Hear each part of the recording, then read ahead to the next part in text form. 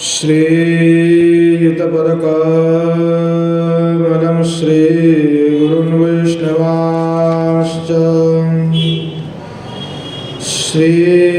श्रीरूपं साग्रजातं सहगण रघुनाथान्वितं तं सजीवं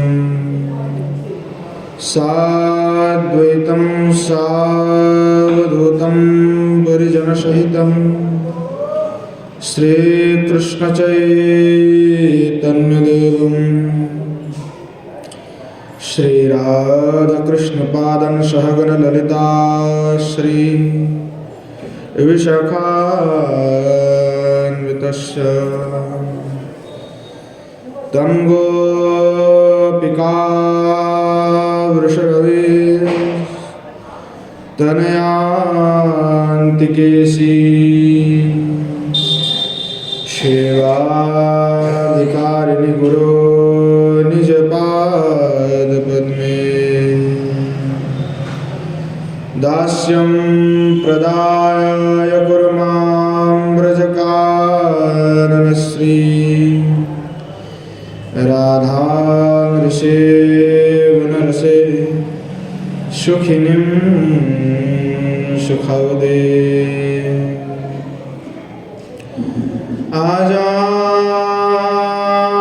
आजानलम्बितभुजो कनकावदातो संकीर्तनैकपितरौ कमलायताक्षो विश्वाम्भरो द्विजभरो योगधर्मपालो वन्दे जगत्प्रियकरो करुणावतारो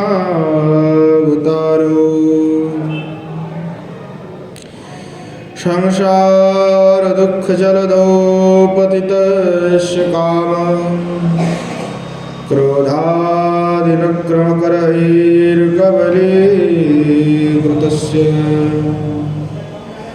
दुर्वासनानिगडितस्वनिराश्रयस्य चैतन्यचन्द्रमवदेहि पदावलम्बम् पाञ्चतत्त्वात्मकं कृष्णं भक्तरूपस्वरूपकं भक्तावतारं भक्ताख्यं नमामि भक्तशक्तिकम्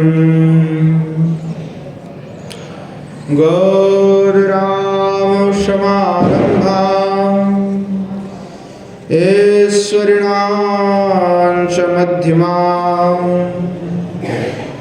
अस्मदाचार्यपर्यन्तं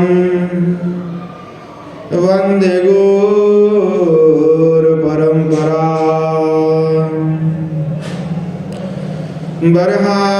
बर्हापीडं नटवरवपुः कर्णयोः कर्णिकारं बिभ्रवासः वैजयन्ते शमाला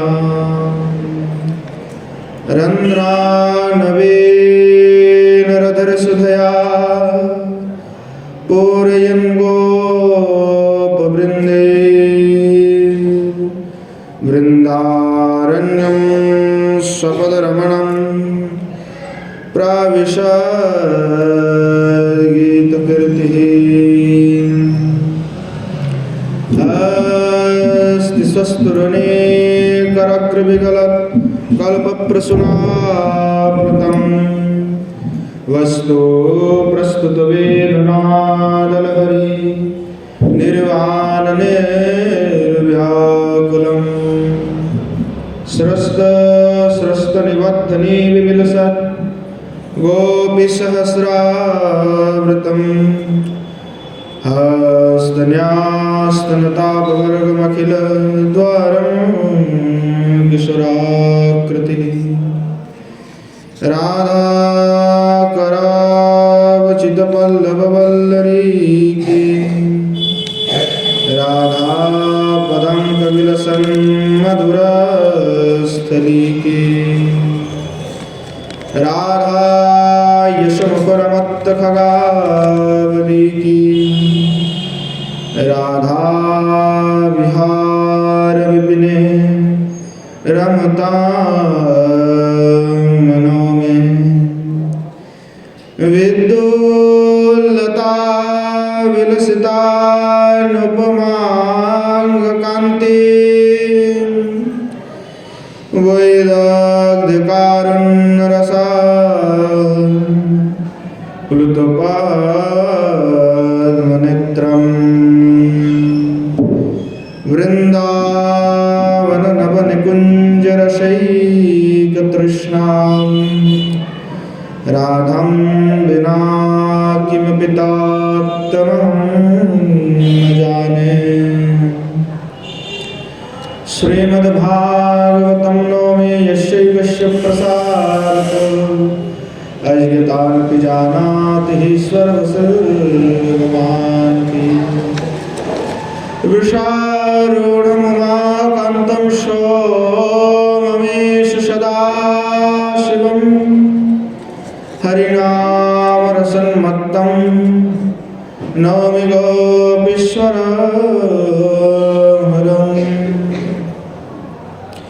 नारायणं नमस्कृत्य नरं चैव नरोत्तमं देवीं सरस्वतीं व्यासं ततो जयमुदीरये। श्रीरूपं साग्रजं वन्दे रघुनाथं कृपामयं श्रीजीवं भट्टयोगं च सज्जना सुखदायकम् येषां सहज स्निग्धानां पादरेण भीक्ष्णसः सर्वविघ्नविनाशाय शिरसा धारयाम्यहम्।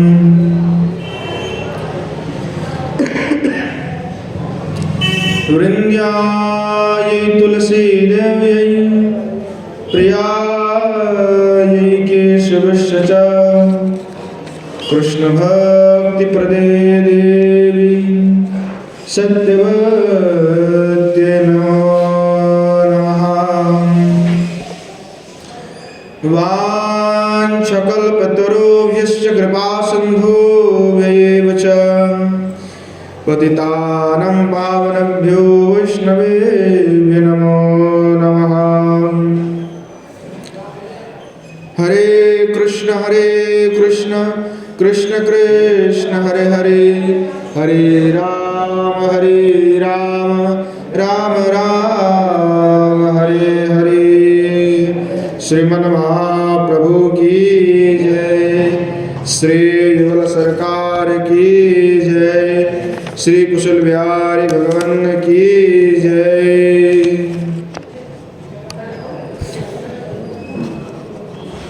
श्रीमन महाप्रभु के असीम अनुकंपा तथा कृपा से हम सभी को श्री राधा रस सुधा नदी नामक रस सिंधु में अवगाहन करने का सौभाग्य प्राप्त हुआ। किशोर जी की जो भंडार है वहाँ भंडार को उन्मुक्त करने वाले हमारे श्री गौर भगवान हैं। श्री गौरचंद्र भगवान के कृपा के व्यतीत इस रस के रसिक होना कभी संभव नहीं है। यह रस का स्वादन करना कभी किसी के द्वारा संभव नहीं है। जो गौर को नहीं समझ पाए वो किशोर जी को समझ नहीं पाएगा। किशोर जी को समझने के लिए गौर को समझना जरूरी है, क्योंकि किशोर जी की जो तत्व है उसका उन्मोचन विमोचन प्रकाशन करने वाला श्री गौरचंद्र भगवान है, श्री कृष्ण चैतन्य महाप्रभु। उनकी कृपा के व्यतीत इस रस के रसिक होना, रस में डूबना सबकी वश की बात नहीं है, संभव नहीं है। श्री प्रवानंद सरस्वती पाद भी श्री गौरचंद्र भगवान की कृपा से ही इस सिंध में डूब गए हैं।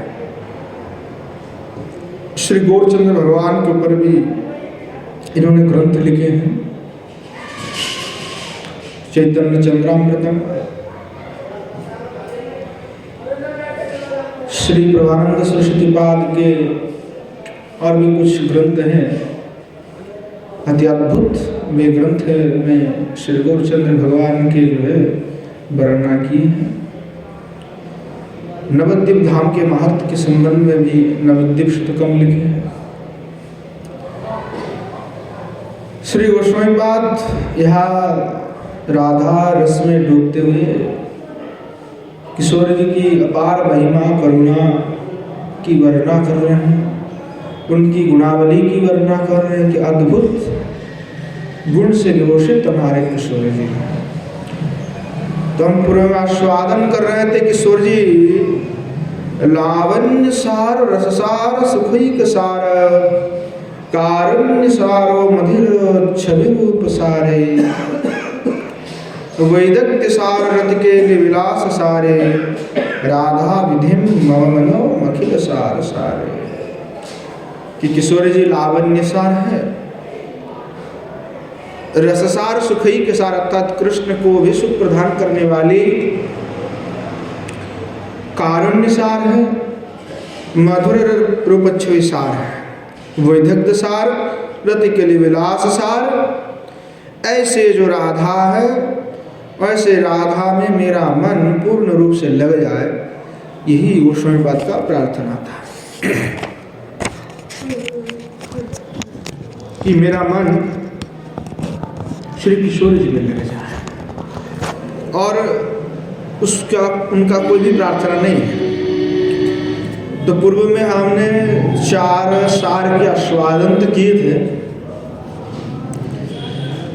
आज हम आस्वादन करेंगे कि किशोर जी को कहा गया है क्या है, वैदग्ध्य की सार। वैदग्ध्य सार, वैदग्ध्य किसको कहते हैं? विदग्ध वैदग्ध्य, जो विदग्ध है अर्थात निपुण जिसको कहा जाता है। तो नाना कलाओं में, नाना कार्य में जो निपुण है कला में, और निपुणता का नाम ही वैदग्ध्य है। तो श्री किशोर जी वैदग्ध्य सार अर्थात वैदग्ध्य का सार वस्तु किशोर जी में विद्यमान है, अर्थात अखिल कला के गुरु श्री भगवान श्री कृष्ण हैं, परंतु अखिल कलाओं के गुरु भगवान श्री कृष्ण भी श्री किशोर जी की जो वैदग्ध्य सिंधु है, उस वैदग्ध्य सिंधु में तैरते हुए पार नहीं लगा सकते। ऐसे अद्भुत हमारे श्री किशोर जी में वैदग्ध्य है कि श्री भगवान भी स्वयं पार नहीं लगा पाते हैं। कितना अद्भुत है, कितने कला कितने वैदग्ध्य किशोर जी में है कि श्री भगवान उसको पार नहीं लगा सकते। इसीलिए हर क्रीड़ा में श्री किशोर जी श्रेष्ठ है और श्री भगवान किशोर जी से कभी जीत नहीं पाते हैं, क्योंकि कला में जो है किशोर जी ज़्यादा निपुण होती है। श्री भगवान तो अखिल कला के गुरु है, परंतु अखिल कला के गुरु भी श्री भगवान जो श्री कृष्ण है वह श्री किशोर जी के गुण को पार नहीं लगा सकते। कलाओं के सामने भगवान की कला टिकता नहीं है। श्री रूप गोस्वामी पाद उल्लेख कर रहे हैं, कहा कि अपने जो प्रेमेंद्र सुधा सत्र स्तव है। उस स्तव में श्री गोस्वामीपाद ने लिखे कि वैदग्धि प्रथमाचार्य चारु चातुर्याचर्चिता, अर्थात जो वैदग्धि की प्रथम आचार्य है, अर्थात वैदग्धि जो अर्थात कलाओं का जो पहले आचार्य कौन है? समस्त कलाओं के गुरु भगवान कृष्ण है, पर भगवान कृष्ण कहाँ से सीख लिए? तो बोले भगवान कृष्ण तो हमारे किशोर जी से सीखे थे, क्योंकि किशोर जी ही पहला आचार्य है इस वैदिक दिशार का, वैदिक दिखा। बलदेव विद्याभूषण कहते हैं उसी प्रेमेंद्र सुधा सत्र स्तव के टीका में कि वैदग्धीनाम नृत्यादि कलानाम प्रथमाचार्य तत्रवादो प्रकटत्यर्थ, अर्थात जो नृत्यादि अखिल कलाओं की प्रथम आचार्य है वे समस्त वैदग्ध्या श्री किशोरी जी से ही प्रकट हुए हैं। जितने भी कला है जो भी है सब किशोर जी से प्रकट हुए हैं। श्री भगवान श्याम सुंदर भले ही अखिल कला के गुरु है, परंतु किशोरी जी उस कलाओं का पहला आचार्य है, और इसीलिए श्री भगवान श्याम सुंदर सीखे तो किशोरी जी से, श्री राधा से ही इन सभी कलाओं का प्रकाटन है। अर्थात सुचारु चातुर्यादि गुण संपन्न इत्यादि जो कला है, यह वैदिक है, सबका प्रकाशन श्री किशोर जी से। तो इसलिए कहा कि वैदिक दिशार है, और वैदिक में रति केली विलास जो है वह वैदिक की मधुर रस में प्रधानता है। तो श्री किशोरी जी रति केली विलास के भी सार है, तो ये भी कला है वैदिक। तो वैदिक सार तो किशोर जी है ही है, तो रति केली विलास का विचार है। अर्थात किस लिए? तो चैतन्य चरितामृत कर कृष्ण के कराय श्यामो रसो मधुपान, श्री भगवान स्वयं अपना रस थोड़ी पान कर सकते हैं। रस कब होगा? जब श्री किशोर जी से मिलेगा। तो किशोर जी से जब मिले नहीं तो रस कहाँ? किशोर जी से मिलेगा तभी तो रस प्राप्ति होगा। तो रति करके विलास करते हुए श्री किशोरी जी को श्याम रस की पान कराने वाली हमारे किशोरी जी है। अर्थात साक्षात श्रृंगार रस मधु पान जो कराती हैं वो किशोरी जी कराती है। उन जैसा नैपुण्यता और किसी में भी नहीं है। अर्थात रति के विलास के जो अनेक प्रकार के अंग हैं, दर्शन है, जल्प है, स्पर्शन है, वर्तमरोध है, रास क्रीड़ा है, जल कली है, नौका लीला है, दूत क्रीड़ा है, मधुपान है, कपट निद्रा है, वस्त्राकर्षण है, बिंबाधर सुधापान है, संप्रयोग है, इत्यादि अनेक प्रकार के रति के लिए विलास है।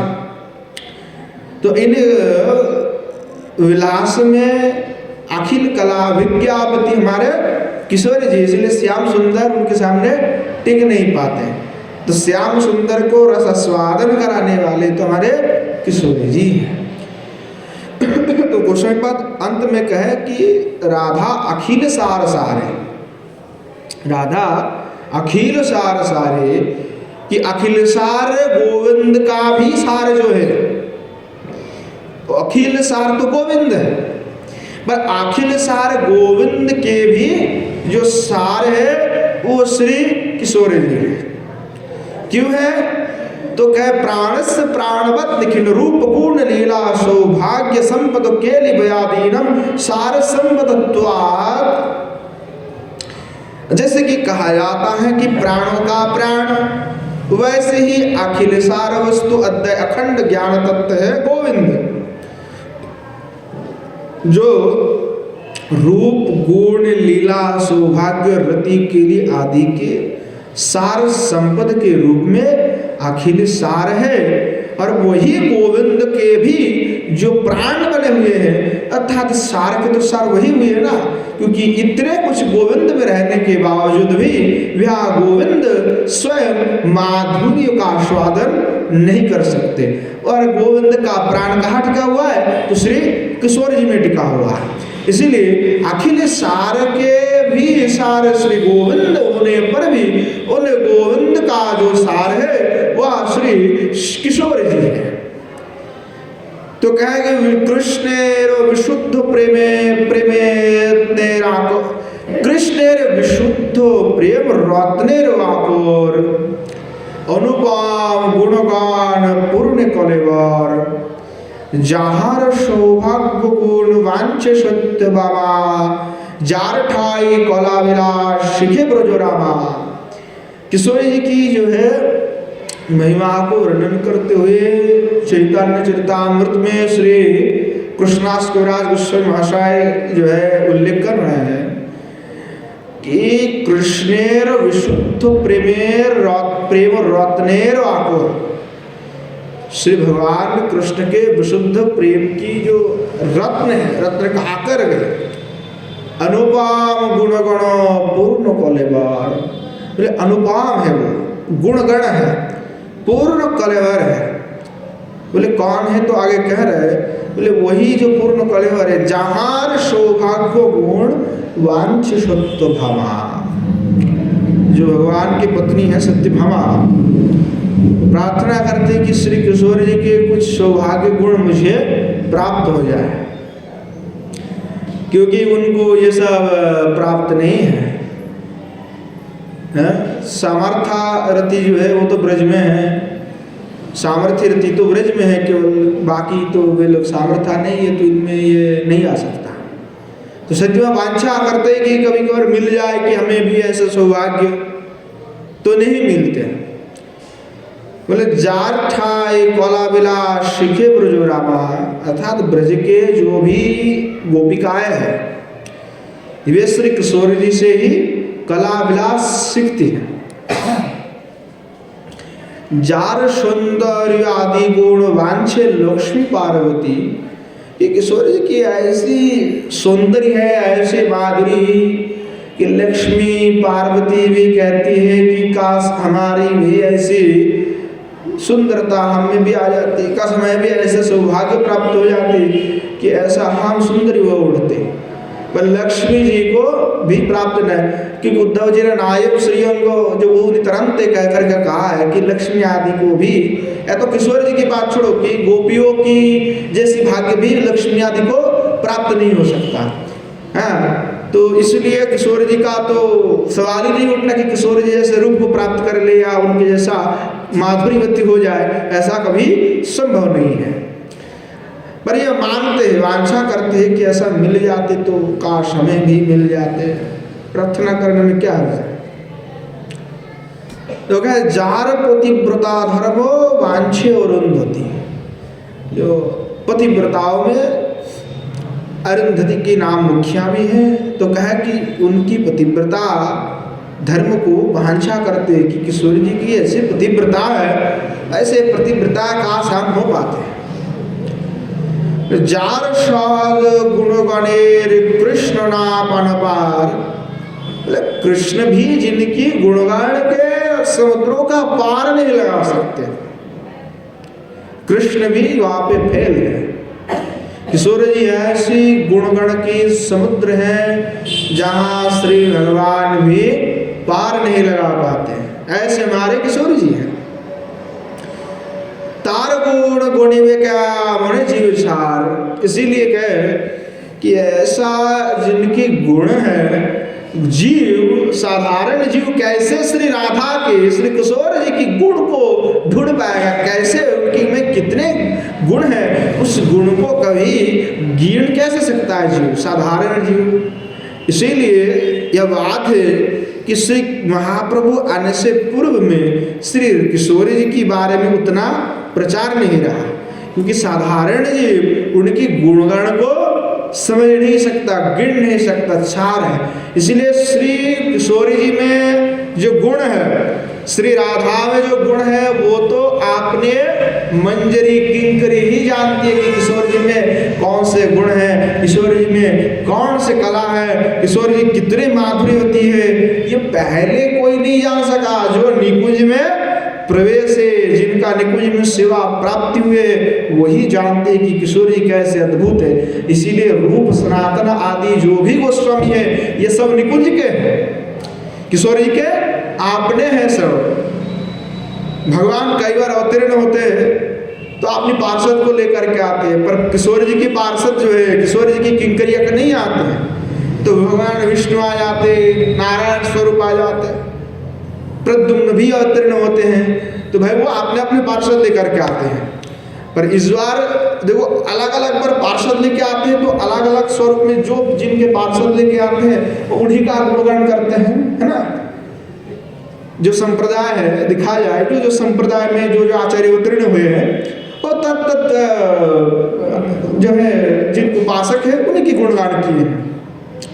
जैसे अन्य अन्य संप्रदाय में किशोर राधा के संबंध में कुछ भी मिलेगा नहीं, थोड़ा बहुत कुछ बोल दिए, थोड़ा सा किंचित मात्र, उसके बाद और कुछ नहीं बोले उनका, क्योंकि वो उपासना नहीं है और ना ही उनका प्रवेश है उस पर, क्योंकि वो निकुंज के नहीं है। तो महाप्रभु जब आए तो किशोर जी के स्वरूप में आए हैं, हाँ, किशोर जी के स्वरूप तो लेकर के आए। तो इसीलिए क्या है कि दोनों का अमृत तनु है, इसीलिए दोनों तरफ के पार्षद को लेकर के आ गए हैं। श्री भगवान कृष्ण के की पार्षद को भी लेकर गए और निकुंज के जो किंकरिया है, सखी है, उनको भी साथ में लेकर के आ गए।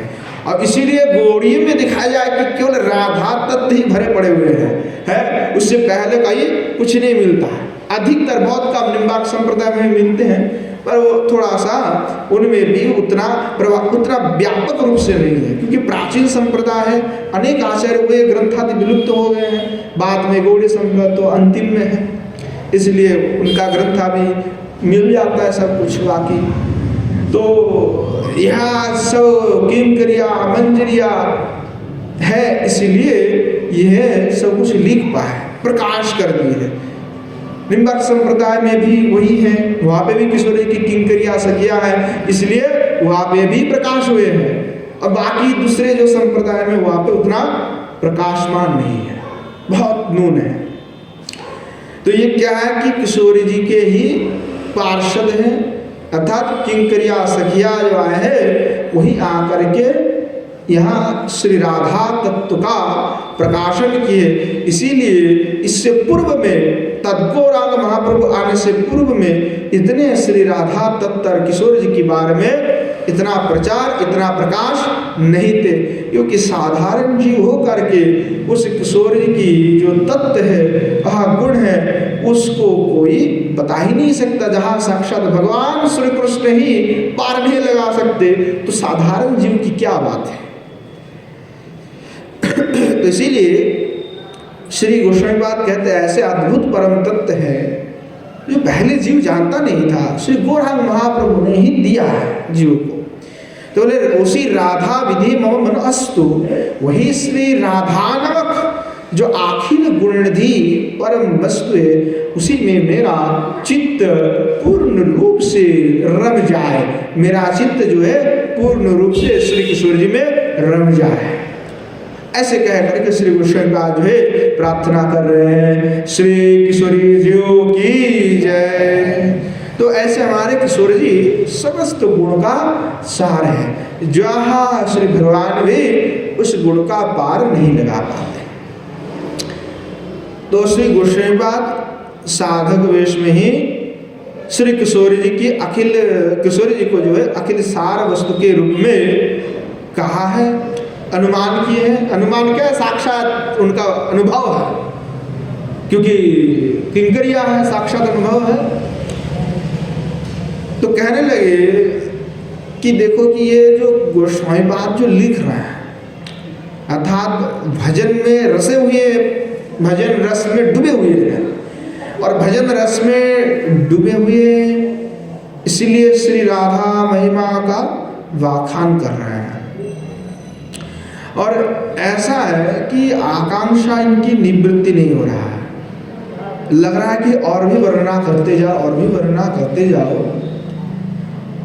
तो श्री किशोर जी की जो महिमा है वह श्री गोस्वामीपाद के हृदय में स्फूर्ति हो रहा है, स्वाभाविक रूप से स्फूर्ति हो रहा है, उनकी आकांक्षा का समाप्त नहीं हो रहा है। इसीलिए किशोर जी की अनुकंपा से, श्री गौरचंद्र भगवान की अनुकंपा से जो है श्री गोस्वामीपाद के हृदय में, क्योंकि उनके चित्त जो है विशुद्ध है, तो विशुद्ध चित्त में ही उनका निरतिशय रूप से वह श्री किशोर जी की दिव्य महिमा का स्फूर्ति जो है निरंतर हो रहा है। तो वाज्य वेश में है, वाज्य वेश में स्वयं को राधा दासी बने हुए हैं, साधक है, परंतु स्वयं को राधा दासी ही मानते हैं कि मैं राधा की दासी हूँ और मेरा कोई स्वरूप नहीं है। तो इसीलिए जो है उनके हृदय में और कुछ भी नहीं है, हृदय में केवल श्री किशोर जी का चिंतन है और बाकी कोई भी वाचिक विषय की भावना नहीं है। तो जब तक चित्त वाचिक विषय में आवेश लगे रहेगा तब तक राधा दास की सिद्धि नहीं होगा। वाचिक आवेश से स्वयं को हटाना होगा। जब तक इस संसार के विषय, इस संसार के जंजालों के प्रति मन लगे रहेगा तो तक राधा दास की सिद्ध नहीं हो सकता है, क्योंकि राधा दास के लिए तो वह सब कुछ छोड़ना पड़ेगा, केवल किशोर जी का शरणागत होना पड़ेगा। जैसे श्री किशोर जी मानो श्री गोस्वामीपाद के हृदय में बसेरा कर लिया है, वैसे हमारे हृदय में भी अगर बसेरा कर लेवे तभी तो हमें श्री किशोर जी की ऐसी महिमा का, ऐसी दिव्य लीला का स्मरण होने लगेगा। तो कहें कि इसीलिए जो है भाव अनुगत्य में ही चित्त को विभावित करना होगा, तभी क्रमश वहाँ वृद्धि हो करके एक दिन श्री किशोर जी में मन पूर्ण रूप से लग जाएगा। श्री ठाकुर महाशय कह रहे हैं कि देह ना कोरियो आस्था मरिले जैसे जामो शास्ता दुखेर समुद्र कर्मवती। श्री ठाकुर महाशय कह रहे हैं कि देह ना कोरियो आस्था, ये शरीर पे कभी आस्था करने का नहीं है। पता नहीं कब बिगड़ जाए, कब सही होता है, कब बिगड़ता है, कोई पता नहीं लगता है। इस पर कोई आस्था कभी नहीं करना चाहिए। बड़े बड़े आचार्य ने भी वही कहा है कि जो है ये शरीर है, नश्वर है, कभी भी खत्म हो सकता है। निश्वास नहीं विश्वास कदारुद्ध भविष्यति। इसलिए क्या करना चाहिए? तो आवाल्य काल जप्तव्यम हरे नाम केवलम। बोले आवाल्य काल अर्थात जब बच्चा है, अभी कुछ समझ अभी आ गया उसमें, तभी से हरिनाम चालू करवा दो। हरिनाम करते आवाल्य काल जप्तव्यम हरे नाम केवलम, हरे नाम जप करो। लोग क्या कहते मेरे पास टाइम नहीं है, अभी क्या समय करूँ क्या? हाँ, लोग ये कहते हैं मेरे पास टाइम नहीं, असली में टाइम है नहीं उसके पास, समय तो किसी के पास भी नहीं है, पता नहीं कब चले जाए। पर लोगों को समझ में नहीं आता कौन से टाइम नहीं है। उनको लगता है कि भजन के लिए टाइम नहीं है, बाकी सब दुनिया के कामों के लिए हमारे पास समय है। लोग एकादशी करने के लिए बोलते तो कहते हैं अरे महाराज क्या बात कर रहे हो, ऐसे क्या काम वाम रहता है, कैसे कर लेंगे? व्रत के लिए बाल्यावस्था से तो लोग बच्चा नहीं करें। अरे महाराज जी अभी तो मेरा बच्चा है, अभी क्या कर लेगा, अभी तो 12 साल 13 साल के है। अरे भाई 12-13 साल के है, अभी पधार गए तो क्या करोगे? 12-13 साल के है, अभी खा रहा है, पी रहा है, मजे ले रहा है, अभी क्या होगा? और 12-13 साल की है, 25-26 का साल का लड़का है जिनकी शादी नहीं हुआ, पिता माता आते हैं हम लोगों के पास, कई बार आते तो है तो देखें अरे व्रत करते हैं, नहीं महाराज जी हमें पढ़ाई लिखाई है, कहाँ समय है? मैंने कहा समय है मतलब? बोले नहीं तो बच्चा है। मैंने कहा बच्चा, अभी शादी वादी करवा दो, अभी इनका भी बच्चा होगा। हाँ, अभी इसे तुम पोते वोते हो जाएगा, अभी तुम ये इनको कराने ही रहो एकादशी। जब से 8 साल की उम्र से करना चाहिए बच्चे को, कि छोटे से ही ये भजन करना चाहिए। पता नहीं कब देह का अंत हो जाए, क्या पता है। अब इस बड़े अद्भुत घटना कि महाप्रभु के जो सेवक थे, महाप्रभु के सेवक से महाप्रभु की सेवा करते सेवक हैं तो निरंतर साथ में चलते थे। जो हरिदास नाम थे उनका, छोटे हरिदास। तो महाप्रभु जो है उन पहले सेवक थे जो महाप्रभु के, बाद में तो गोविंद दास हुआ, महाप्रभु भगा दिए उसको। तो हरिदास जो थे तो महाप्रभु के साथ रहा करते थे। तो महाप्रभु देखे कई बार कि महाप्रभु जो है हर समय हरे कृष्ण महामंत्र करते हैं, कभी उनकी जीवा से महामंत्र जाता ही नहीं है।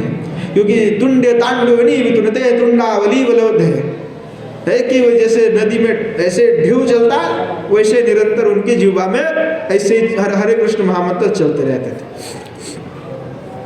पर जब सोच में जाते थे मल त्याग करने के लिए, सोच में, तो सोच में जब जाते थे, जिह्वा शास्त्र में लिखे हुए कि सोच करते हुए बात नहीं करना चाहिए। तो महाप्रभु इस जिह्वा को आगे करके दांत से अटक लेते थे ऐसे कि कुछ बोलूंगा नहीं। तो जो हरिदास थे उन्होंने कई बार देखा, तो एक दिन उसके मन में हुआ कि महाप्रभु से कुछ पूछे इस बारे में।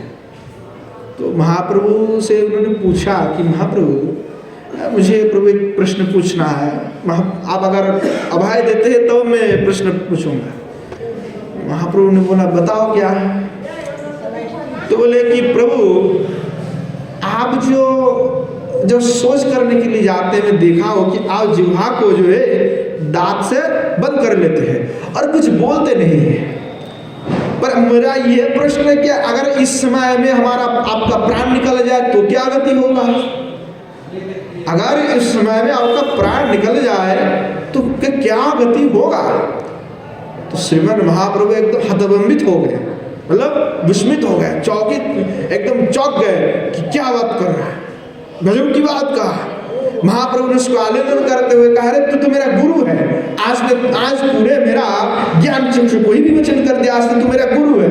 ऐसे कह करके श्रीमद् महाप्रभु उसको गले लगा लिए। तो महाप्रभु ने कहा कि इसी समय में भी जो है हरे कृष्ण महामंत्र का निरंतर जप करते रहना चाहिए भाई, चाहे किसी भी अवस्था में हो, वह कभी भी महामंत्र को नहीं छोड़ना चाहिए। श्री गौरचंद्र भगवान की जय, श्री हरिदास की जय। तो ऐसे छोटे हरिदास थे जो महाप्रभु को ऐसे शिक्षा दिए, मतलब महाप्रभु ने उनके द्वारा जगत को दिखाए कि देखो ऐसा कोई समय ना होना चाहिए कि जब तुम्हारा मुख से हरिनाम छूट जाए। देखो कुछ भी करते रहो, हरिनाम को कभी छोड़ना नहीं चाहिए। हमने एक संत की बात सुनी थी, एक बाबा की, बहुत पुराने जमाने की बात है, को उनका जो है तबीयत कभी खराब हुए तो डॉक्टर के पास लेके गए बाबा को।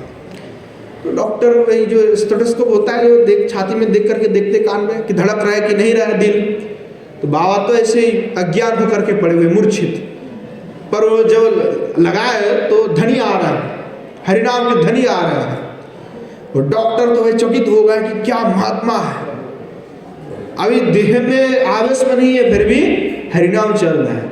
तो हरिनाम की दशा ऐसे निरंतर होना चाहिए। भागवत में उसमें एक संत थे, सिद्ध श्री रामकृष्ण दास बाबा जी महाराज के दर्शन किए थे उन्होंने, सीतानाथ दास बाबा जी महाराज। लगभग 102 साल की उम्र में उनका देहांत हुए हैं, ये 2 साल पहले की बात है। तो बहुत ही विरक्त संत थे, घर में एक लोटा और एक कड़वा 2 कोपिन के सिवाय कुछ नहीं रखते थे।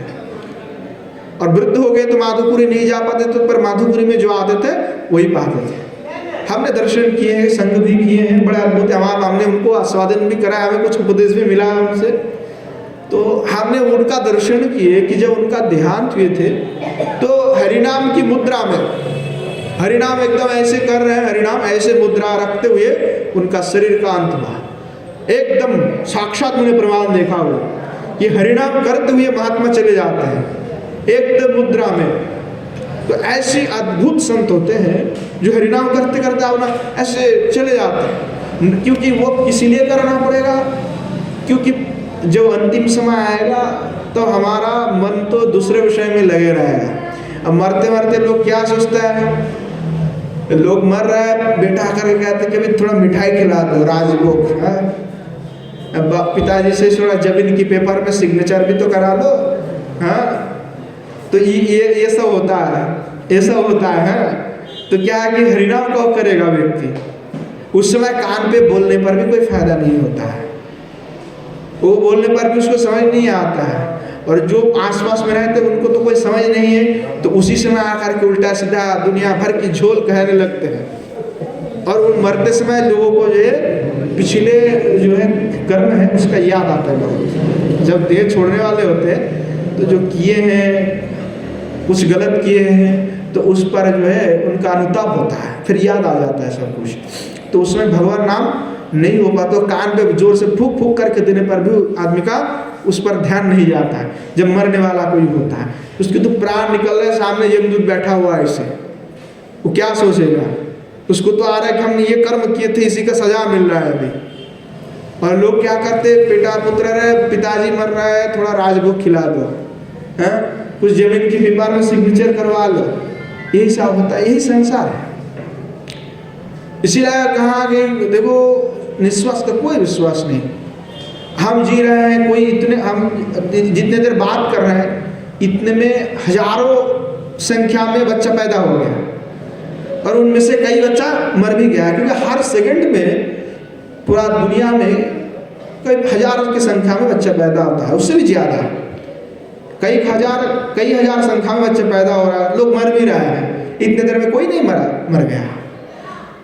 हर सेकंड में कोई ना कोई मरता है, और किसी का जन्म भी हो जाता है, कोई जन्म के साथ ही तुरंत मर जाता है। जो अधिक पापी होते हैं वो जन्म के साथ साथ मर जाता है, क्योंकि उसको केवल जो है पुनरपि जननम पुनरपि मरणम जो है गर्भ यंत्रणा ही उसका भोग करने के लिए वो आते हैं। पता नहीं किसका कौन से आयु है, इसीलिए कहा कि निरंतर हरिनाम जप करना चाहिए ताकि श्री ठाकुर जी की कृपा उनको मिल जाए। इसीलिए एकादशी व्रत आदि से लेकर के सभी नित्य नैमित्य क्रियाओं को करना चाहिए।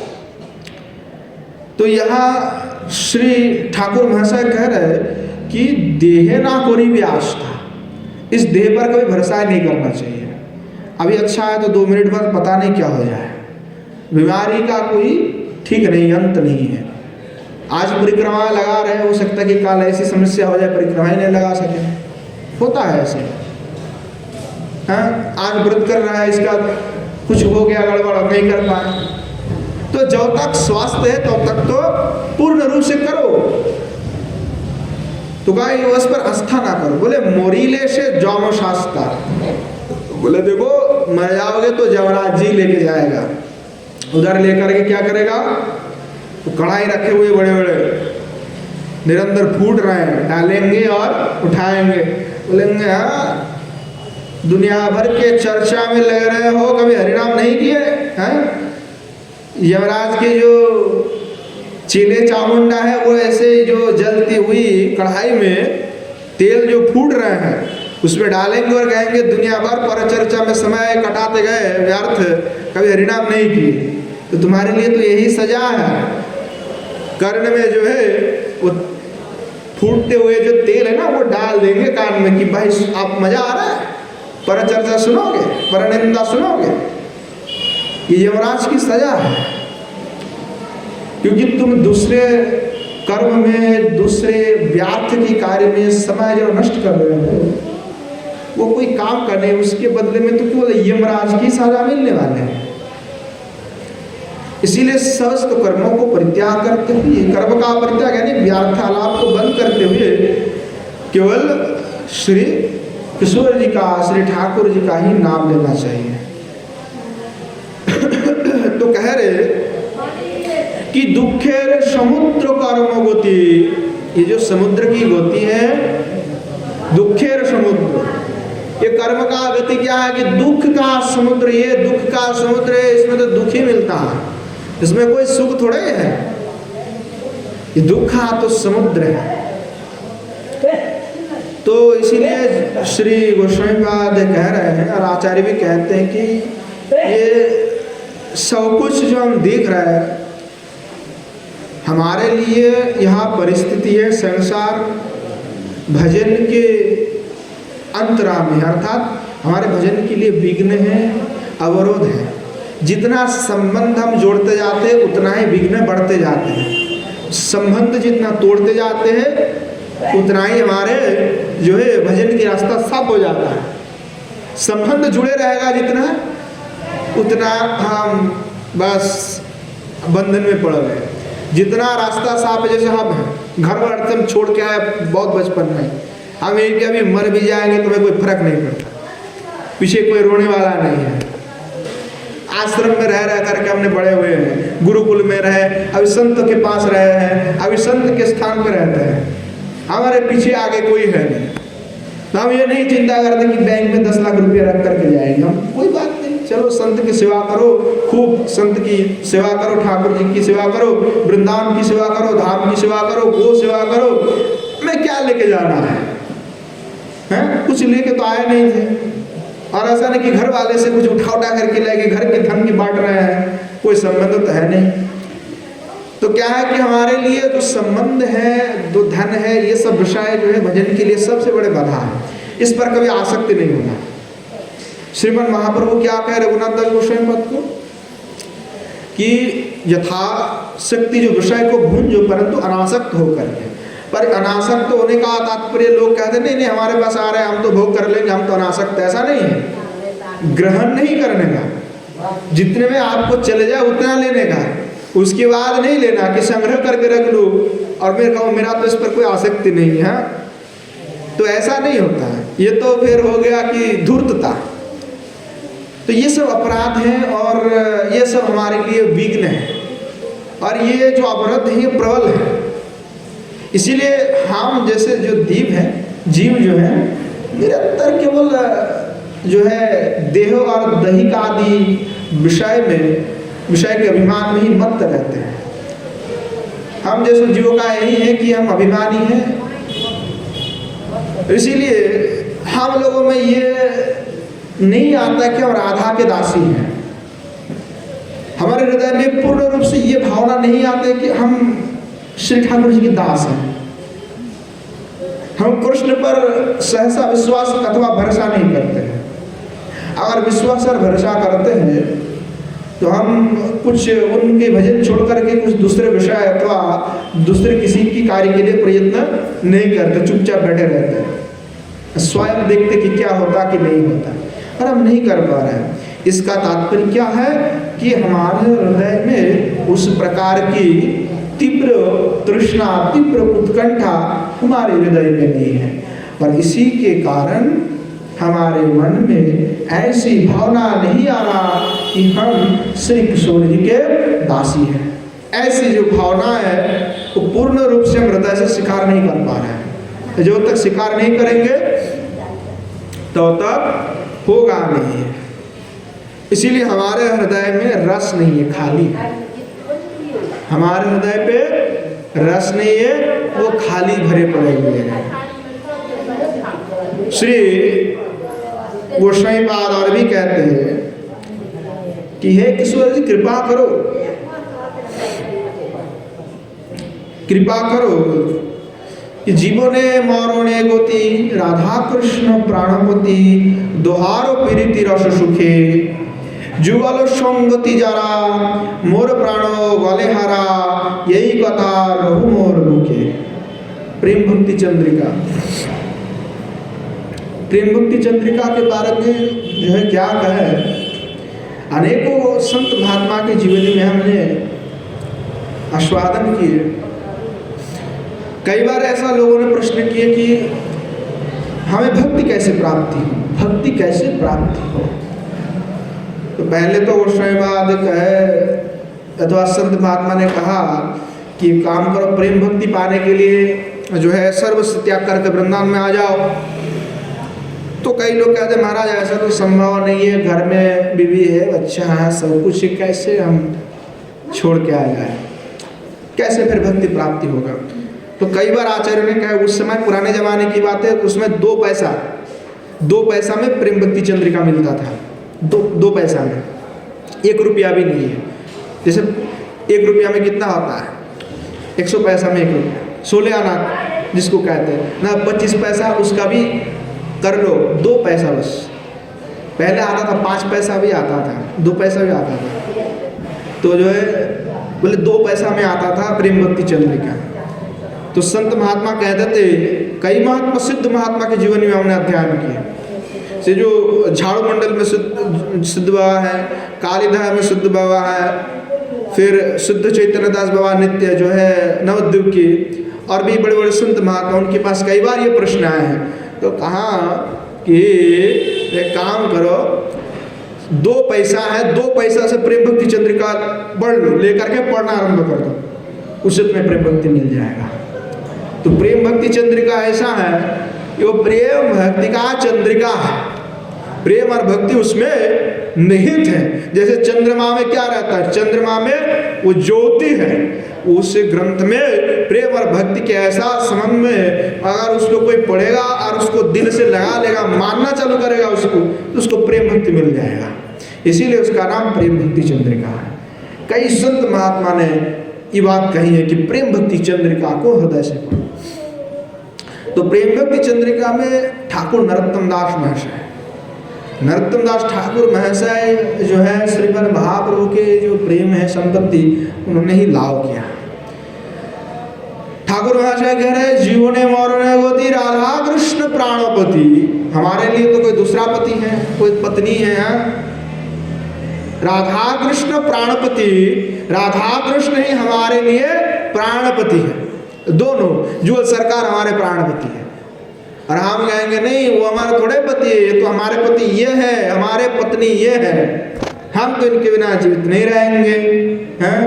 तो हमें काया छोड़ के जा रहे हो, हम तो इनको छोड़ ना सके, मरते दम तक ना छोड़ सके। तो यही हमारे लिए दिक्कत है, अटक के पड़े हुए हैं। अब मान ही नहीं रहा है कि राधा कृष्ण प्राणपति है हमारे।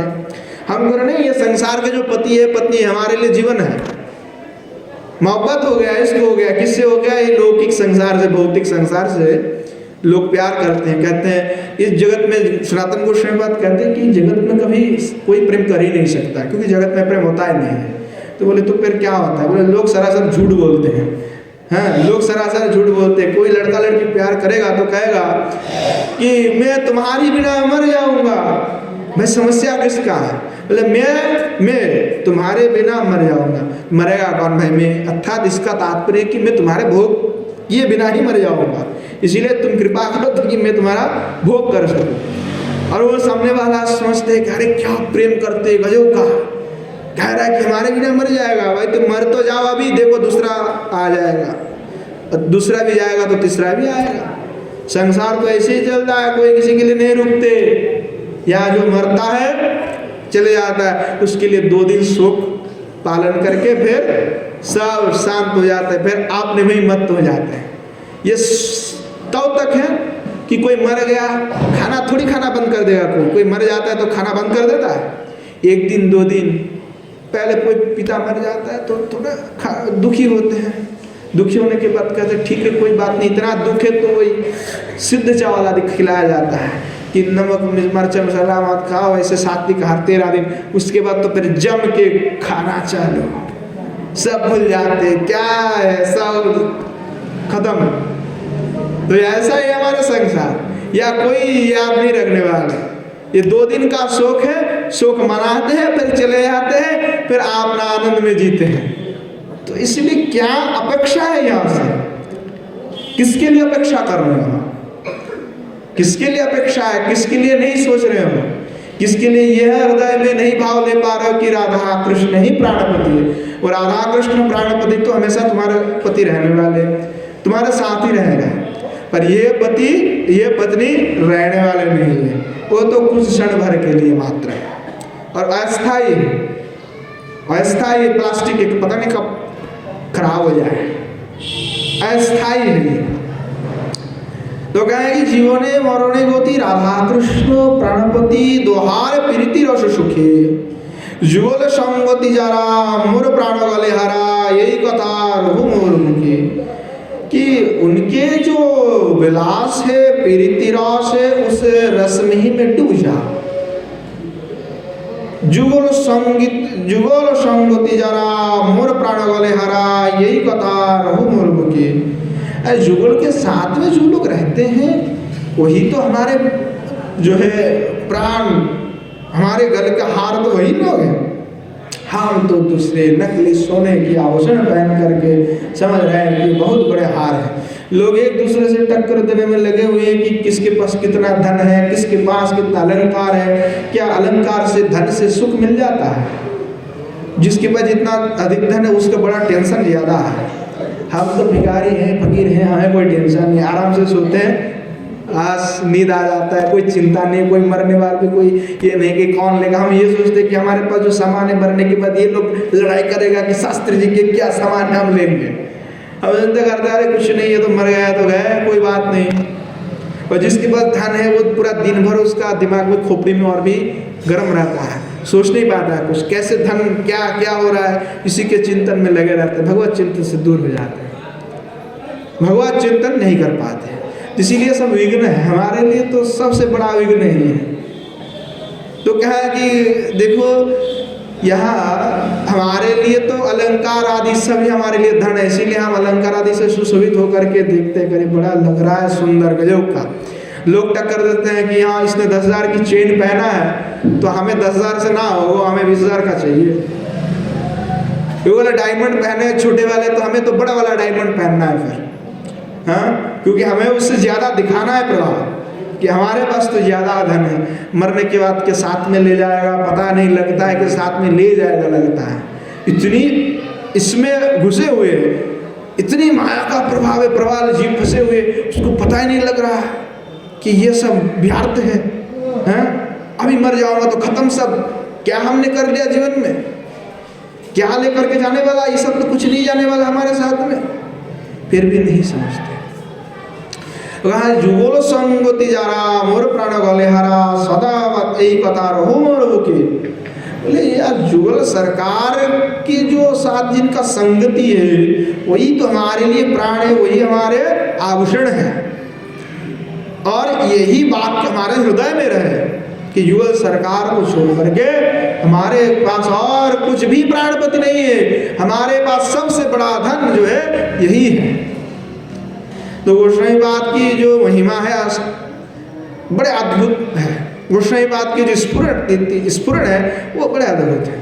और पहले गोसाई बात स्वयं को धिक्कार देते हैं कि मैं काशी में था, इन बड़े बड़े पंडितों से सन्यासियों से बैठता था, हाँ, और ये सन्यासियों के पाले में पड़ते हुए पता नहीं मैं क्या क्या दुनिया भर की झोल में रहा।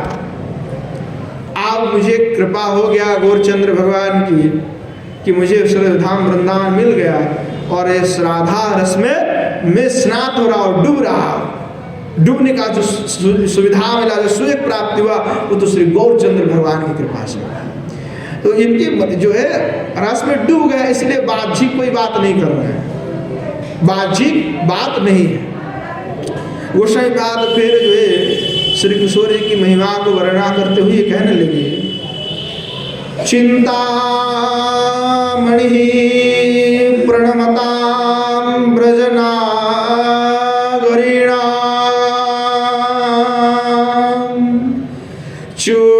चूड़ामणि कुलमणिर् वृषभानुनम्नः साश्याम काम वर्षन्ति मणिर्निकुंज भूषा मणिर्हृदय संपुटशन मणिर्णः। कहने लगे कि श्री किशोर जी क्या है तो बोले प्रणतमताम चिंतामणि, अर्थात जो प्रणत जनों के लिए चिंतामणि है, ब्रजनागरीणम चूड़ामणि, ब्रजनागरियों के लिए जो चूड़ामणि है, कुलमणि वृषभानु नामनः, वृषभानु कुलों का कुलमणि है, सश्याम काम बर शांति मणिर निकुंज, और जो श्याम सुंदर के तीव्र मदन ज्वाला को शांत करने में श्याम कवरा अर्थात शांति मणि है। और मणि निकुंज, और निकुंज के जो मणि है भूषण मणि हृदय सम्राट, अर्थात जो केली कुंज के भूषण मणि है वही हृदय संपुट मणि रूपी जो श्री राधा है वो हमारे हृदय में विराजमान हो जाए। अब उसके बाद छोटे छोटे शब्द प्रयोग किए हैं। चिंतामणि, पहले जो है चिंतामणि कह रहा है, चिंतामणि कहने लगे कि चिंतामणि क्या होता है। पहले इतने चिंतामणि का तात्पर्य कि जो चिंतन करने से सब कुछ प्राप्त करा दे, सोचा तुरंत वहीं पे प्रकट हो गया। तो कहने लगे कि किशोर जी की ऐसी महिमा है कि चिंतामणि प्रणतमताम, अर्थात श्री किशोर जी अर्थात राधा नामक जो चिंतामणि है वो प्रणत जनों के लिए चिंतामणि है। जैसे कि चिंतामणि के आश्रय में जो रहता है, अर्थात किसी के पास चिंतामणि है तो चिंतामणि के पास में बैठ करके वो चिंतन करेगा, यही पे जो है स्वर्ण की महल बन गया तो तुरंत स्वर्ण की महल प्रकट हो जाएगा। सोचेगा कि हमारे हजारों सैकड़ों दास दसिया हो जाए तो तुरंत प्रकट हो जाएगा। अब तुरंत ये चिंतन करेगा कि शेर आ गया तो शेर प्रकट हो जाएगा, हाँ, और खा जाएगा उसको। तो चिंतामणि का बड़े अद्भुत जैसे है वैसे चिंतामणि कष्टदायक भी है। पता नहीं चंचल मन है, चिंतामणि हाथ में रखे हुए और भूत प्रेत की कल्पना आ गया तो बड़े बड़े राक्षस प्रकट होकर के गाड़ी मटका के चला गया तो पर चिंतामणि तो यही पे पड़े रहा, तो खतरनाक है चिंतामणि। तो बोले हमारे किशोर जी भाई ऐसे चिंतामणि है कि लोगों के सोचने पर नहीं देते, स्वयं अपने से देते हैं। जैसे चिंतामणि है कि लोगों को सोचने पर देते हैं, पर यह जो चिंतामणि है वो किसी के सोचने पर नहीं देते, स्वयं देते हैं। तो तुम मांगोगे तो नहीं देगा, वो अपनी इच्छा से देगा। क्या देता है वही कह रहा है कि प्रणतो जन। अब प्रणतो कौन होता है? जो प्रणतो जन है अर्थात जो किशोर जी के आश्रित है, प्रणत जो किशोर जी की सेवा में भजन में लगे हुए प्रणतो जन है। तो वही प्रणतो जन जो है उनके लिए श्री किशोर जी चिंतामणि है। और प्रणतो जन को किशोर जी क्या देते हैं? वैसे चिंतामणि नहीं है कि कल्पना करने से उसको मिल जाएगा, वो किशोर जी ऐसे चिंतामणि जो स्वयं से देती है। तो क्या देती है? तो प्रणतो जन को प्रेम संपत्ति प्रदान करके धन्य कर देती है। इसीलिए चिंतामणि की भाव माधुरी को लेकर के श्रीमन महाप्रभु ने कहा है कि देखो तुम लोग मुझे प्रणाम ना करो, इतना ही क्यों कि मेरी निंदा करो, मेरे प्रति देश भाव ना रखो, तब भी जो है मैं तुम लोगों को प्रणाम कराऊंगी और तुम्हें प्रेम संपत्ति प्रदान करो।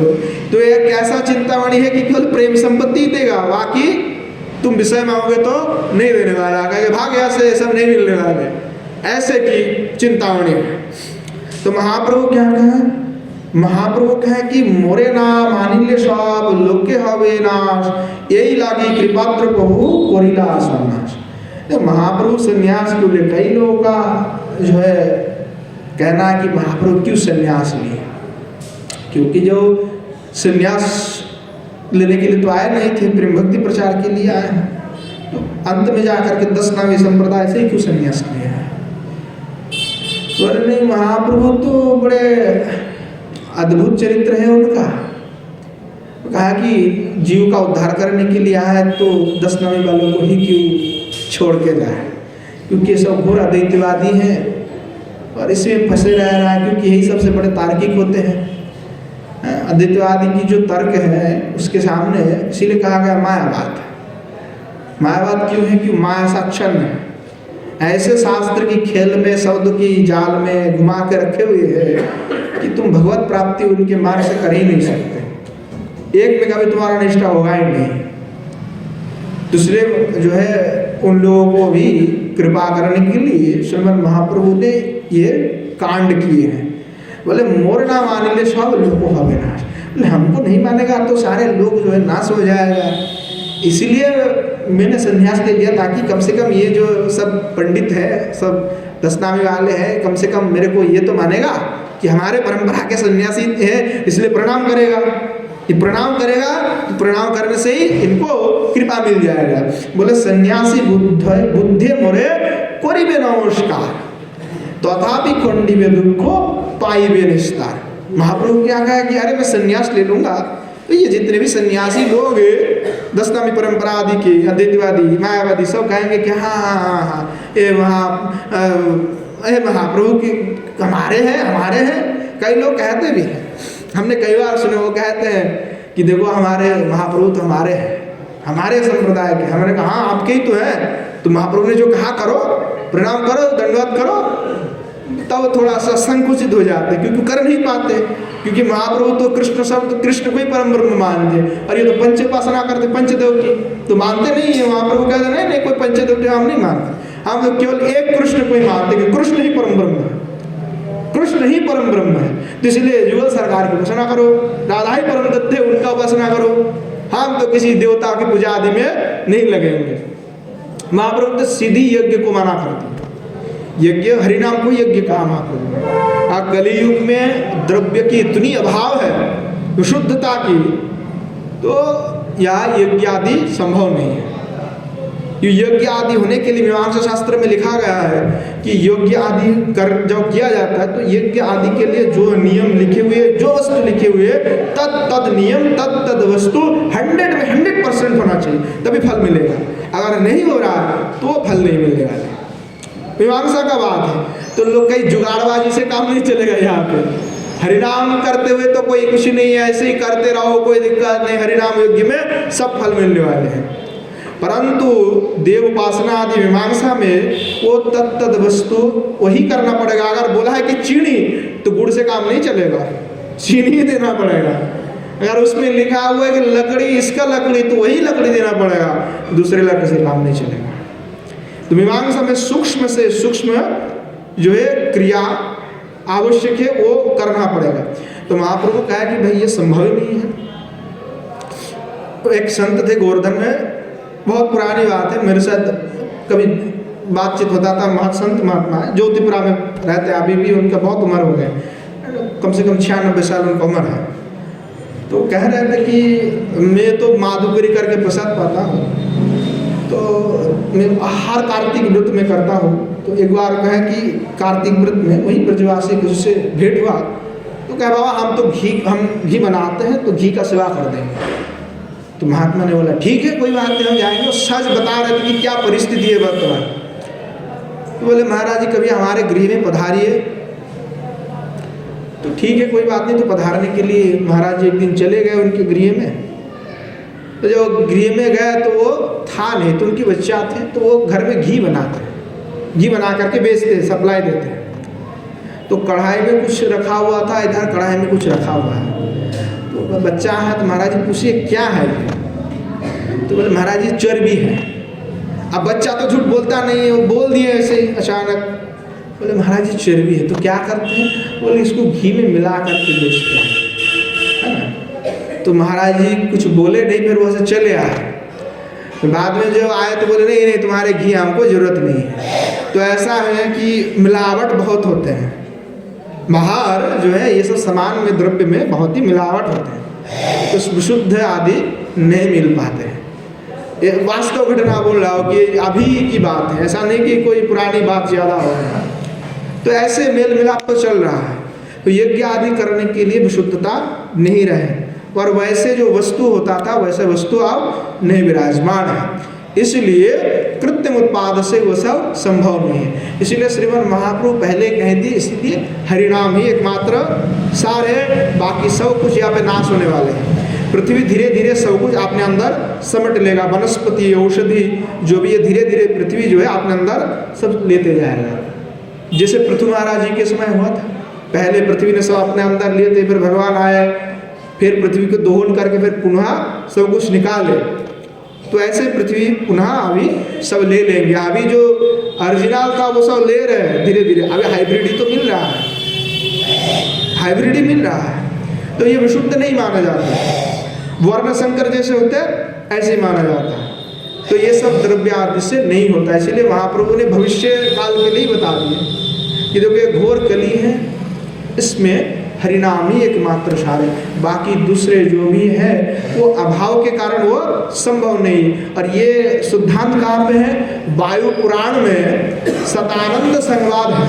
वायु पुराण में, तो वायु पुराण के सतानंद संवाद में कलियुग के लिए केवल हरिनाम को ही कहा है कि कलियुग में दूसरा कर्म संभव नहीं, क्योंकि यहाँ पे वस्तु आदि की अभाव है, इसीलिए संभव नहीं, इसीलिए हरिनाम किया करो।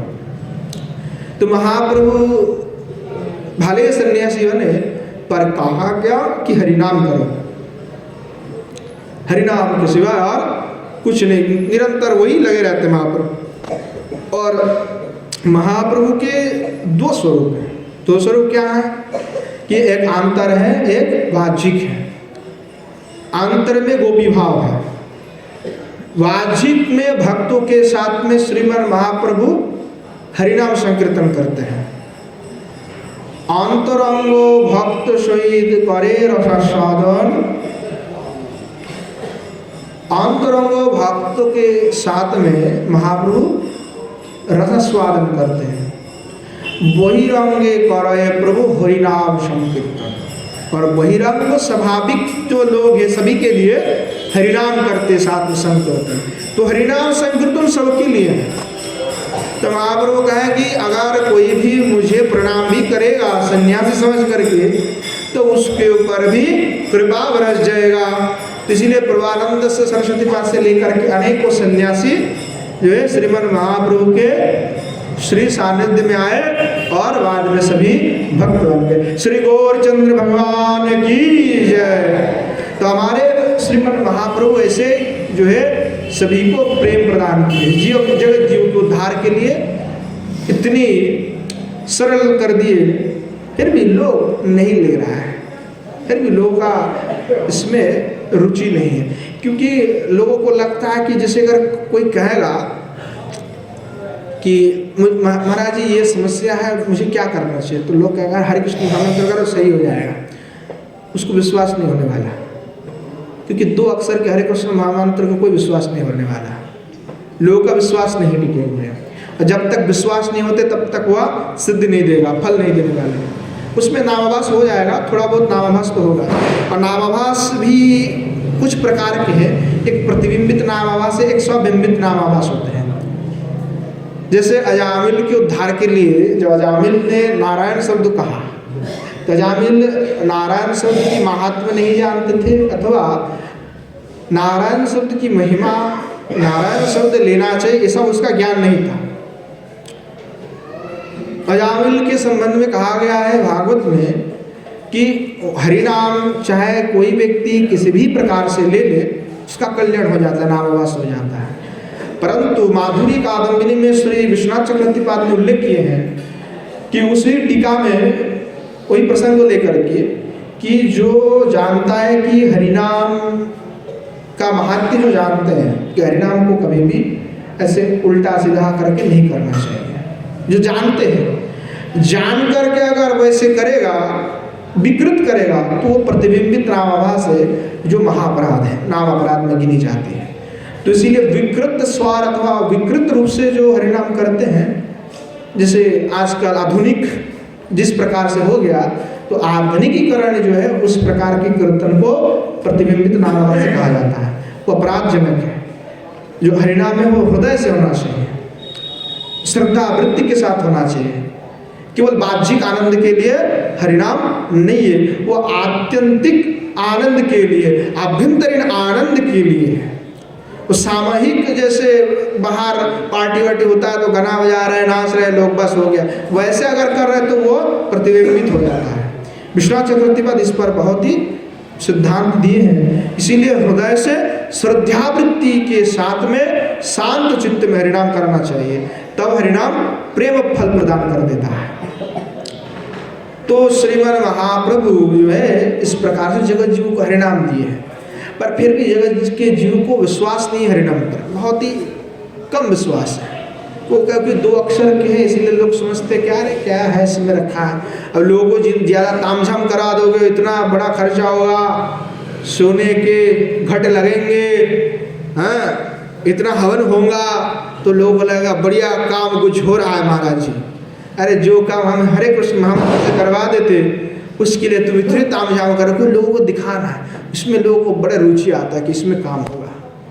इसीलिए जो है लोग प्रायश्चित्त करने में लगे जाता है। अगर कह दो कि क्या प्रायश्चित्त है, एक बार क्या हुआ, जो बंगाल के जो राजा थे पहले, सुबुद्धि राय, बंगाल के पूरा गोड़ के राजा थे, तो उनके ही जो सेनापति थे हुसैन शाह, उसने उनको हटा करके दखल कर लिए थे। तो दखल जब किए थे तो उनको जो है गोमांस खिला दिए थे, गोमांस के रस। तो गोमांस के रस खिलाने के बाद जो है, और भाई राजा है, जानते कि यह तो अपराध हो गया, प्रायश्चित्त क्या करें।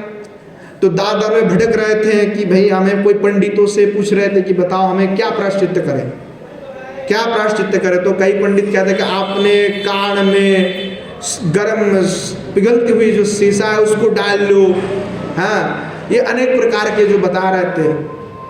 काशी में गए, काशी के पंडितों ने कहा कि जो तपती हुई घी है उसको आपने मुंह में डाल लो तो प्रायश्चित्त होगा, तभी ऐसे ऐसे भयानक प्रायश्चित्त बताने लगे। श्रीमन महाप्रभु के पास आए सुबुद्धि राय, महाप्रभु से पूछे कि प्रभु ऐसा है कि हुसैन शाह ने तो मुझे गद्दी से हटा करके दखल कर लिया है, बेदखल कर दिया मुझे, और उसने छल से मुझे वह गोमांस खिला दिए, रस खिला दिए, तो अब मुझे क्या प्रायश्चित्त करना चाहिए।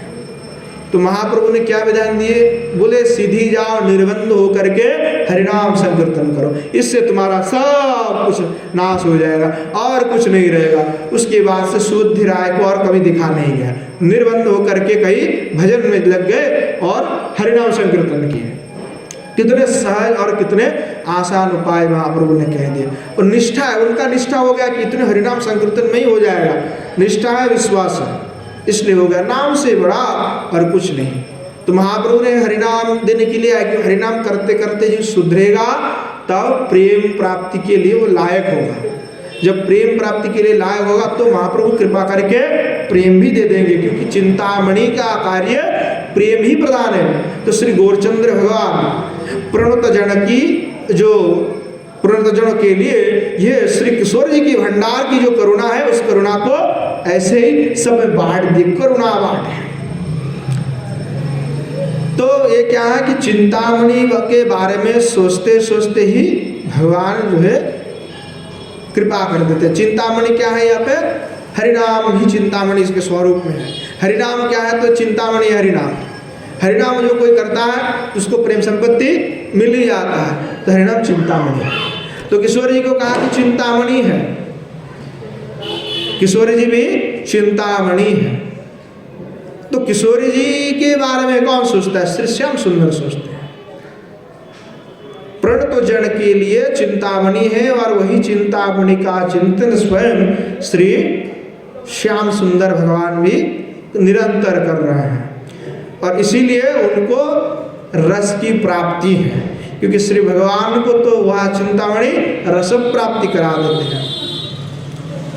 और श्रीमन महाप्रभु भी जो है चिंतामणि अर्थात श्री किशोर जी की चिंतन में लगे हुए निरंतर, हा राधे हा किशोर जी करके लोटपाट हो जाते हैं महाप्रभु। और इसीलिए के कारण महाप्रभु चिंतामणि के चिंतन से ऐसे होगा, इसलिए प्रेम सबको बांटते फिरते हैं। श्री लोचन दास ठाकुर कहते हैं कि श्री महाप्रभु ऐसे भावना में जो है भावित हो जाते हैं कि राधारो ध्यान हिया की साजे साजी लोगो यही गोरा तो तार साखी, कि किशोर जी की ध्यान में क्या अद्भुत रूप से भावाविष्ट हो रहे महाप्रभु, जो इस गोरा तनु को देखते वही समझते हैं कि कितने अद्भुत महाप्रभु भाव में भावित हुए हैं। और इसलिए श्रीमन महाप्रभु जी चिंतामणि धन महाप्रभु के पास है, इसलिए जगत जीव को वह चिंतामणि प्रदान करते हुए महाप्रभु ने कहा कि जो यह रखेगा अपने पास में उनको तो प्रेम संपत्ति मिलने वाला है। जो नहीं रखेगा उसके लिए तो भाई हम कुछ कह नहीं सकते हैं, जो रखेगा उनके लिए तो मिल ही जाएगा। तो चिंतामणि शब्द से श्री गोस्वामीपाद और भी कहने लगे कि चिंतामणि जो है स्मरणांग शक्ति का भी व्यंजक शब्द है। स्मरणांग कैसे है कि जो प्रणत है अर्थात शरणागत है, तो शरणागत के लिए, शरणागत के विचार में जो सतत खेलती है, शरणागत के लिए जो हमेशा ही कृपा प्रदायक है, जो शरणागत हो गया है, जिसको चिंतामणि, जिन्होंने चिंतामणि स्वरूप नाम का आश्रय ग्रहण कर लिया, उसके प्रति वह चिंतामणि अवश्य ही कृपा कर देता है। तो कहने लगे कि जो चिंतामणि है वह चिंतामणि जो शरणागत भक्त है उनके हृदय में निरंतर खेलते। खेलने का तात्पर्य कि यहाँ पे जो स्मरणांग स्मरण करने वाले साधक उनके लिए चिंतामणि श्री किशोर जी हैं। तो निरंतर वह श्री किशोर जी के ही चिंतन यह जो है संत जो है महात्मा करते रहते हैं, जिसके कारण स्मरणांग भक्ति के कारण चिंतामणि जो है वह श्री किशोर जी साक्षात उनके हृदय में आविर्भाव हो जाता है। क्योंकि चिंतामणि का कार्य क्या है कि जो चिंतन करेगा वही मिलेगा। तो यहाँ जैसे किशोर जी का ध्यान, जुगल सरकार की ध्यान स्मरण लीला स्मरण करते तो लीला की स्फूर्ति स्वाभाविक होने लगता है, क्योंकि चिंतामणि का कार्य यही है कि जो सोचोगे उसी का ही आविर्भाव करा देना। तो चिंतामणि जो है वह चिंतन में ही चिंतामणि का आस्वादन हो जाता है। तो चिंतन अगर प्रगाढ़ हो जाता है तो चिंतन प्रगाढ़ होने पर यहाँ भीतर और बाहर दोनों जगह ही प्रकाशित हो जाता है। पहले जो कोई लीला स्मरण करता है तो श्री किशोर जी का, जुगल सरकार का दर्शन हृदय में होता है, अंतर में होता है, बाहर नहीं होता है। फिर बाहर होने लगता है, पहले तो अंदर होता है फिर बाहर होने लगते हैं। तो ये चिंतामणि का गुण है। श्री जीव गोस्वामीपाद कह रहे हैं कि यत् तत्त्वं श्री विग्रह रूपेण चक्षुरादाय उदीयते तदेव नाम रूपेण बागादावति स्थितम्, कि जो तत्व श्री विग्रह के रूप में चक्षु आदि इंद्रिय के आगे उदित होता है वही जिह्वा पर नाम रूप में प्रकाशित होता है।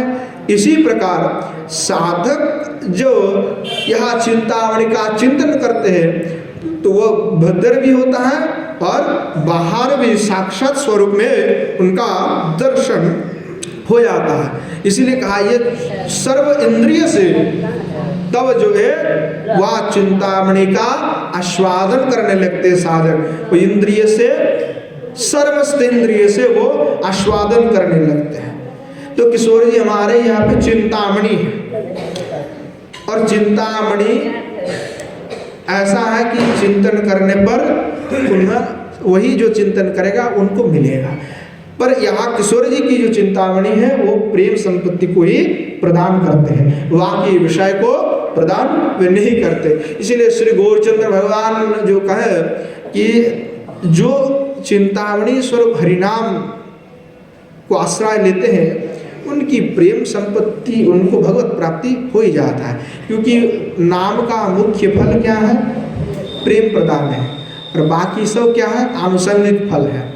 मुख्य फल तो प्रेम प्रदान है। तो मुख्य फल प्रेम तभी मिलता है जब व्यक्ति समस्त विषय से उनका मन, जब व्यक्ति का हट जाता है, जब वो लायक होता है। जब तक लायक नहीं होगा तब तक वह नहीं मिलेगा। और लायक होने के लिए क्या करना पड़ेगा? इसीलिए पहले ठाकुर महाशय कह दिए कि देहों का जो अभिमान है और विषय के प्रति जो हमारी उत्कट तृष्णा है, उस विषय तृष्णा को हटा करके श्री भगवत तृष्णामय होना पड़ेगा। जब तक हम भगवत तृष्णामय नहीं होंगे तो भक्ति के लिए तृष्णा होना चाहिए कि आज हम हरिनाम किए इतना, तो हमें काल इतना करना चाहिए, आगे बढ़ाना चाहिए। आज हमने कथा सुने तो कथा में क्या सुने, आस्वादन क्या किए, बाद में स्वयं को उसके बारे में आस्वादन करना चाहिए। तो क्या है कि तृष्णा बढ़ता है, तृष्णा अस्तमित हो गया अर्थात नहीं बढ़ रहा है, अथवा तृष्णा खत्म हो गया तो भजन मृत हो गया, तब तो काम नहीं चलेगा। इसीलिए भजन को मरने नहीं देना है, उसको बढ़ाते जाना है, तृष्णा को घटाना नहीं। तृष्णा तो केवल बढ़ते जाता है, उत्कंठा तृष्णा निरंतर बढ़ते रहना चाहिए। तो श्री गोसाईपाद यहाँ पे चिंतामणि कहा कि हमारे किशोरी तो चिंतामणि प्रणतमताम, जो प्रणत जन है, जो शरणागत है, उनके लिए चिंतामणि है। क्योंकि जैसे संत महात्मा किशोरी का चिंतन करेगा तो वैसे ही उनको श्री किशोरी जी का दर्शन होगा और जो युगल सरकार की माधुरी है उसका भी आस्वादन उनका हो जाएगा। तो ये अद्भुत हमारे श्री किशोरी जी हैं। और श्री गोसाईपाद ने आगे भी कहे ब्रज नागरिणाम चूड़ामणि, ब्रजनागरी में चूड़ामणि है, कुलमणि वृषभानु नामना, वृषभानु कुल के भी जो है यह कुलमणि है। और श्यामल कामवर शक्ति मणिर निकुंज, निकुंज के भी जो मणि है। और हमारे हृदय के भूषण भी जो है वो हमारे हृदय में सतत विराजित रहे। तो बाकी जो मणि कहे हैं कि ब्रजनागरिणाम चूड़ामणि इत्यादि, जो चूड़ामणि की बात है, जो और मणि की बात कहा गया किशोर जी का, वो हम आगे आस्वादन करेंगे क्योंकि आज समय हो चुके हैं। तो हम आगे जो है किशोर जी के संबंध में गोसाईपाद ने जो कहा कि मणि सदृश अन्य अन्य मणि, तो क्यों कहा है और क्या कारण है और कैसे वो मणि है, तो उसका आस्वादन हम आगे करेंगे। आज यहीं पे विश्राम देते हैं। जय जय श्री राधे निताय गौर हरि बोल। श्रीमन महाप्रभु की जय, श्रीमन महाप्रभु के समस्त पार्षद वृंद की जय, श्री नवद्वीप धाम की जय, श्री युगल सरकार की जय, उनके पार्षद वृंद की जय, श्री गिरिराज गोवर्धन की जय, श्री यमुना मैया की जय, श्री वृंदावन धाम की जय, श्री राधा रस सुधा निधि की जय, श्री प्रभानंद सरस्वतीपाद की जय, आज के हरि कथा की जय, समस्त संत वैष्णव भक्त वृंद की जय, आवन गुरु गोविंद की जय।